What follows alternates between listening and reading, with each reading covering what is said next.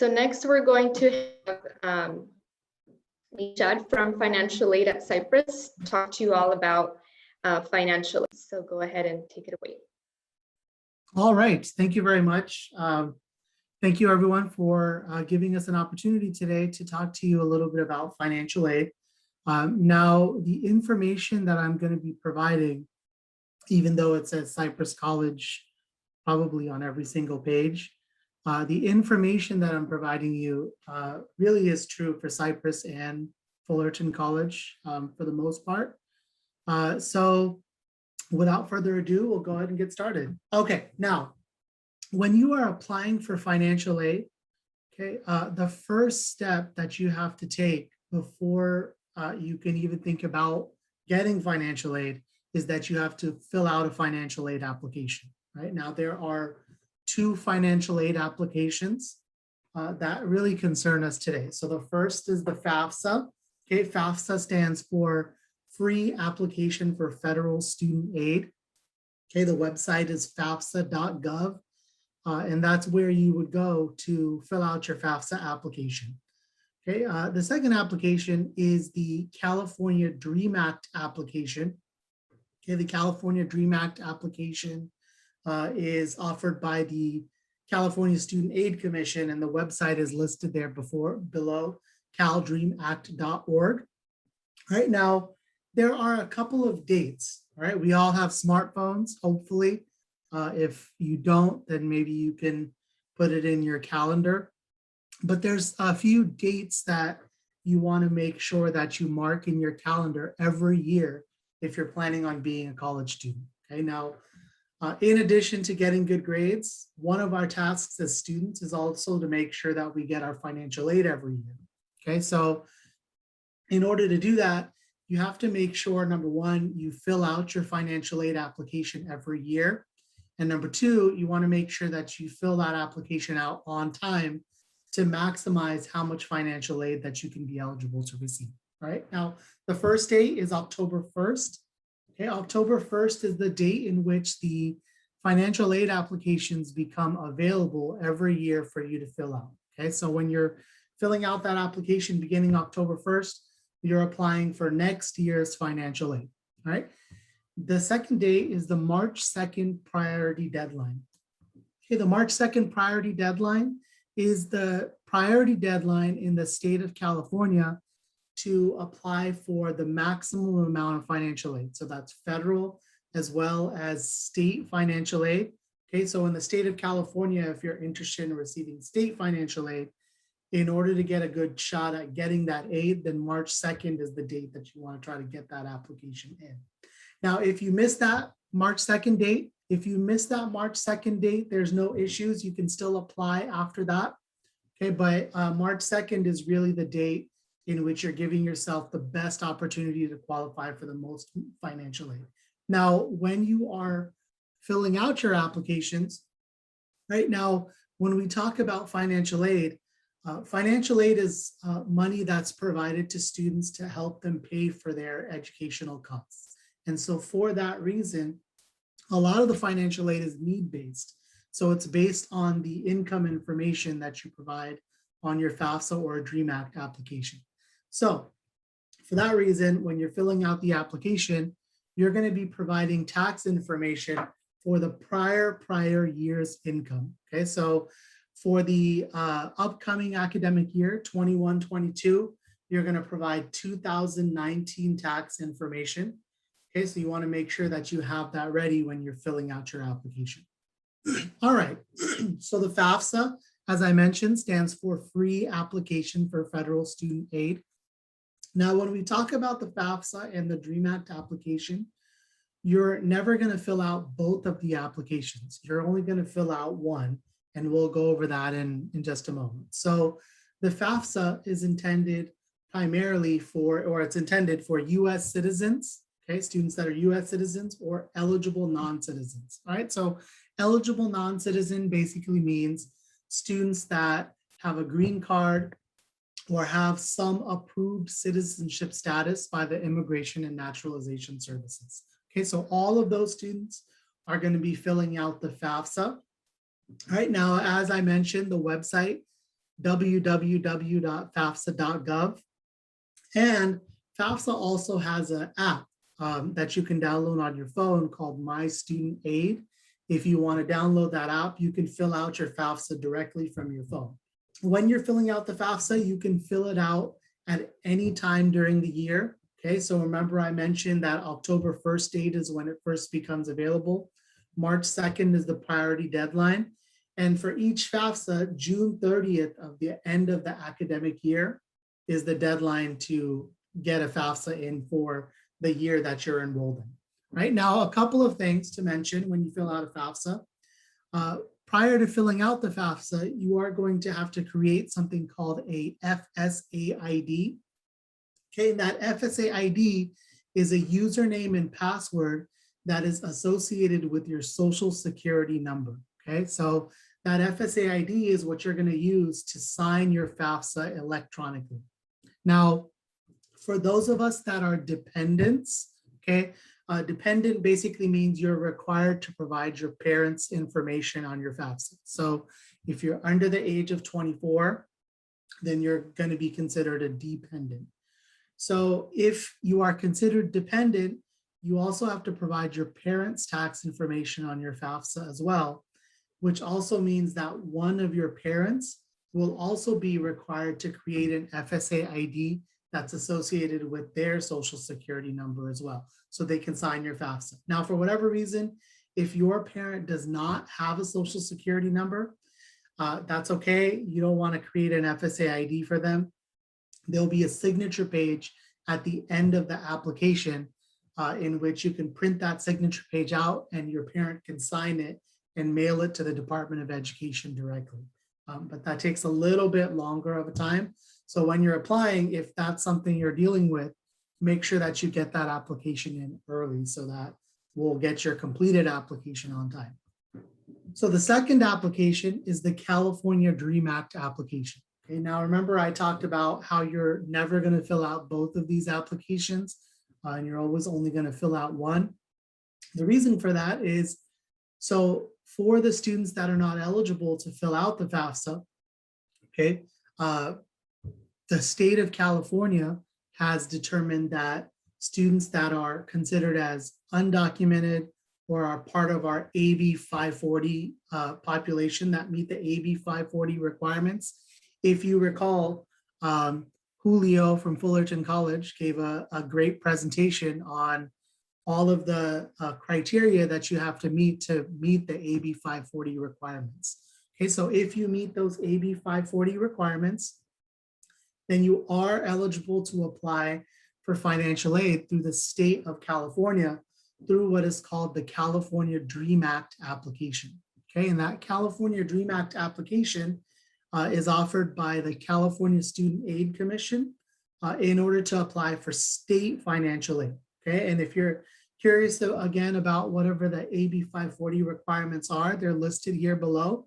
So as long as you've done at least 3 years in K through 12, okay, a minimum of 3 years, or community college, we can also take community college in that. If you have a high school diploma or a GED, okay, and you are planning on attending a California college or university, then you are going to be eligible to apply for state financial aid through the California DREAM Act application.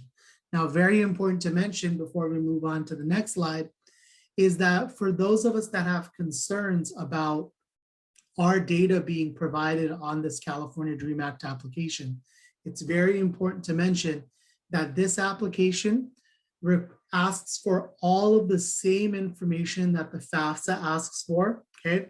And the only purpose of this application is for the purpose of collecting tax information to determine your eligibility for state financial aid, and it's not shared with any federal organization or institution whatsoever. Okay, so just keep that in mind when you're applying for the California DREAM Act application. All right, so once we fill out the applications, before we talk about some of the things that you want to make sure you do in order to get your financial aid on time, let's go ahead and talk about the different types of financial aid that are available. Right now, when you fill out the FAFSA or the DREAM Act application, and you are eligible, so you have enough financial need based on the income information that you provided on your application, you will become eligible for the California College Promise Grant. Right now, the California College Promise Grant is not money that goes directly to you, but it's what we call as the fee waiver.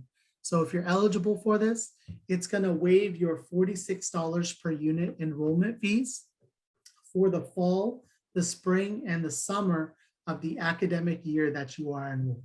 Okay, now the fee waiver is good at any community college in the state of California.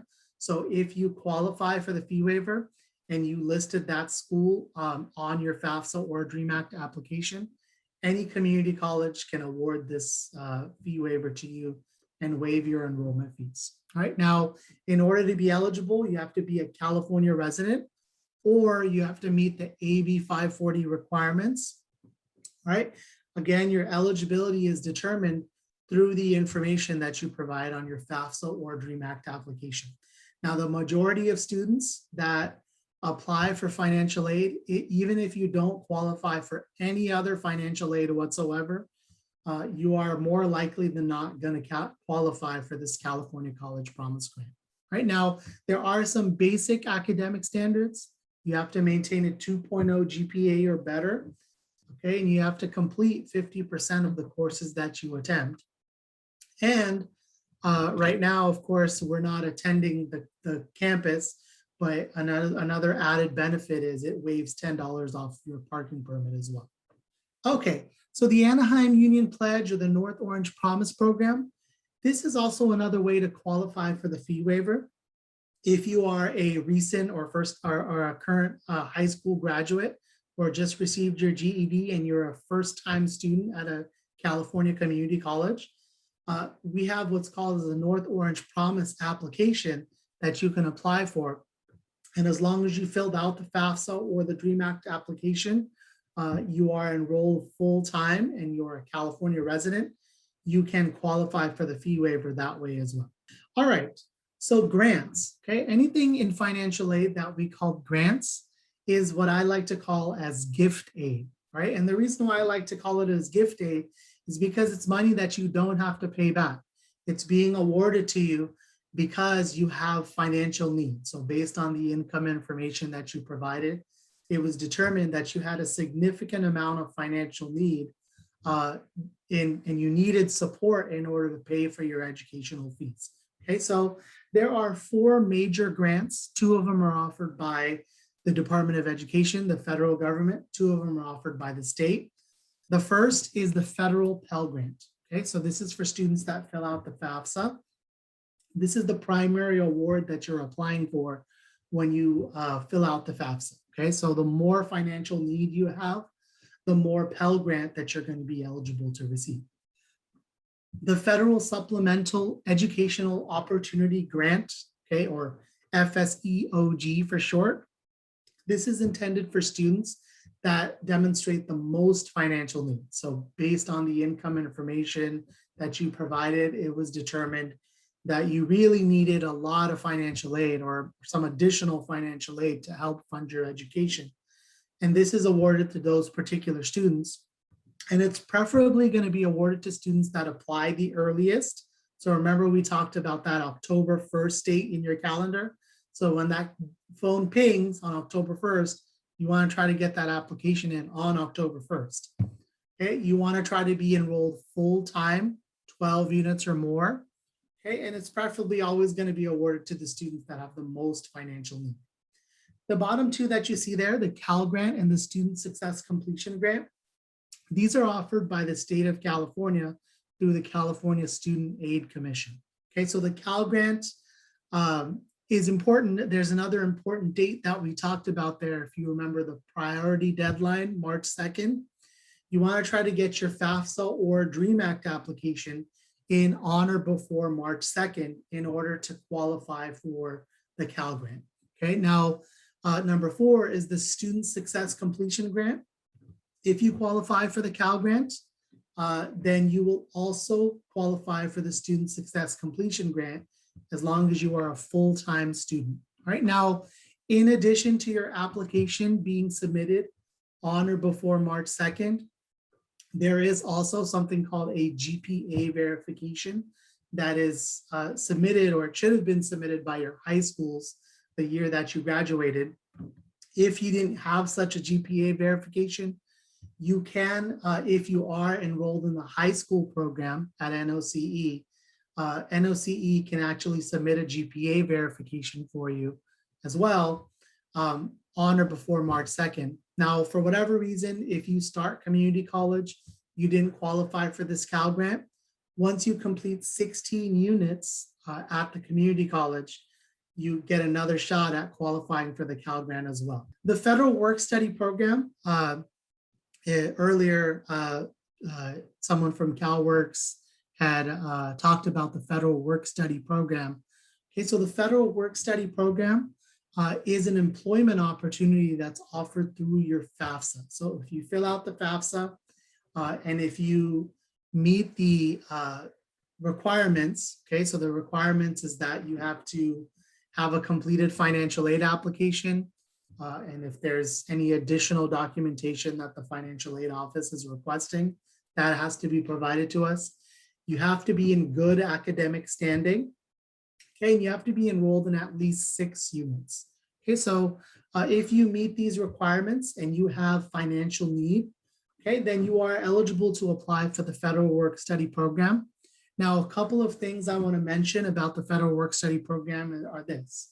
Okay, the first is that these are part-time opportunities, okay? So 20 hours per week, okay? And the idea behind the Federal Work Study Program is to give you an employment opportunity that's going to support your education by working around your school schedule, okay? So that's the primary benefit of being a federal work study. So if you're looking to leave your job, or if you're looking to find something that's going to support your education, then federal work study might be a good opportunity for you.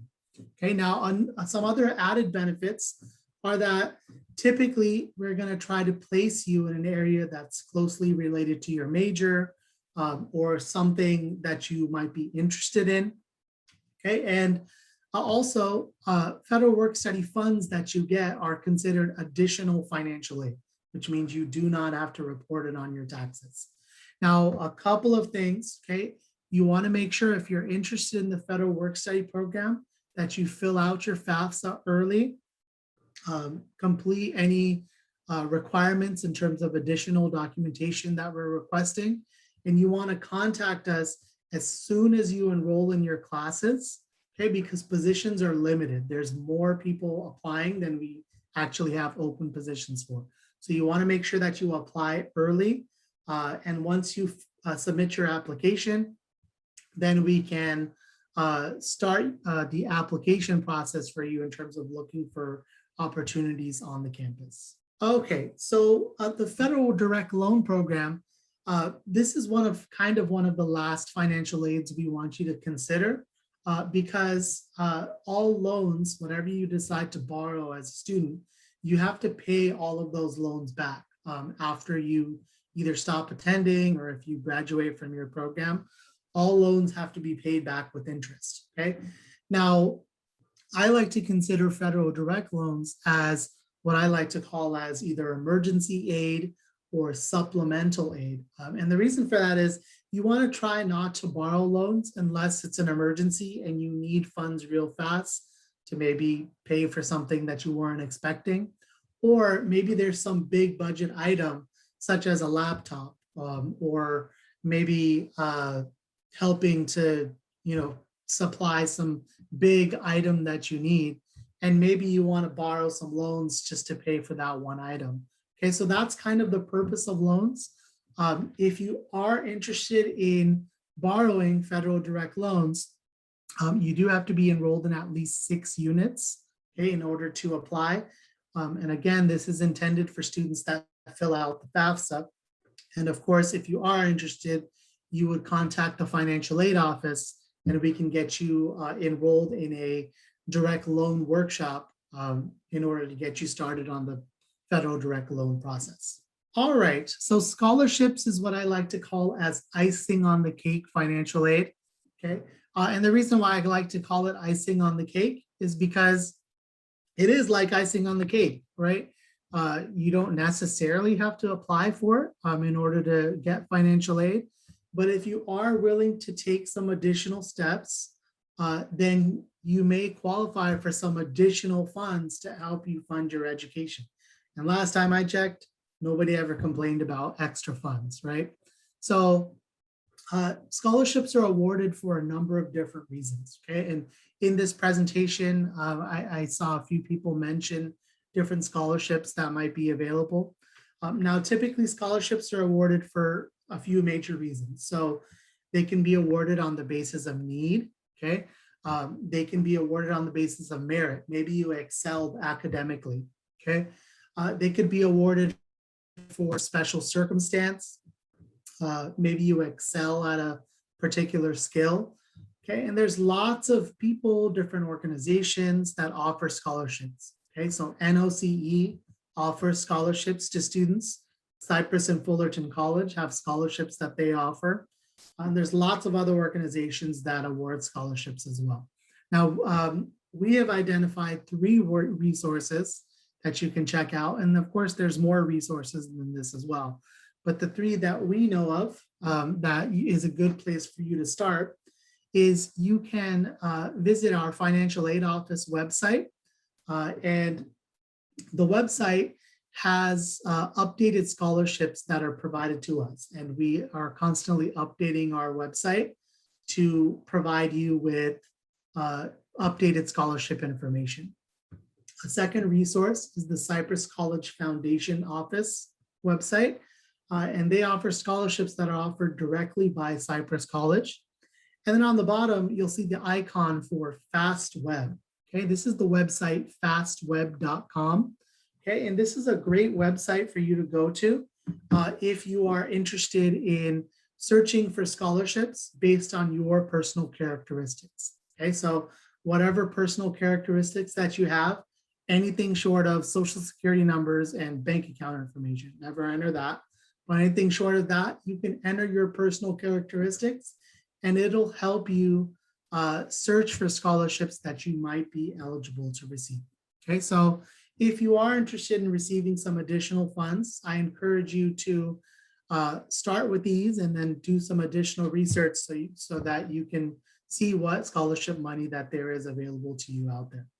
All right, so as we're closing out here, number 1, you want to make sure that you complete your financial aid application, right? So remember, the FAFSA is intended for US citizens and eligible non-citizens.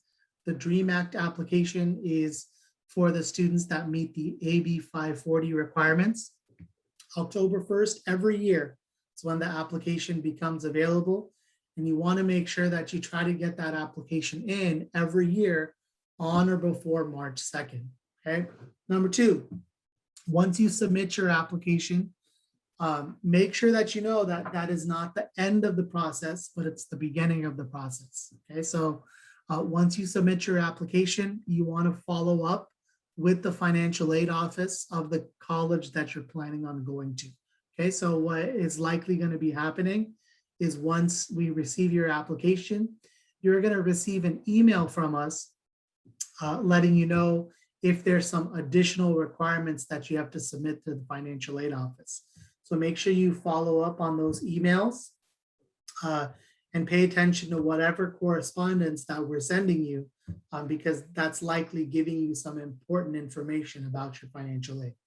And number 3, at Cypress, at Fullerton, and at NOCE as well, but specifically at Cypress, you want to make sure that you check your financial aid status regularly.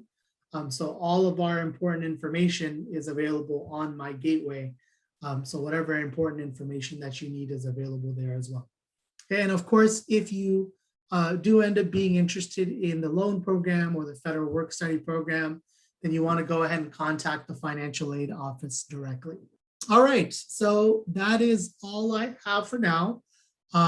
If you do have any questions for us, of course, please don't hesitate to call us. Definitely, you can email us at financialaid@cypresscollege.edu. And also we are available on Instagram, Twitter, and Facebook as well at Cypress FinAid. And we're constantly sending out new updates regarding financial aid through social media as well.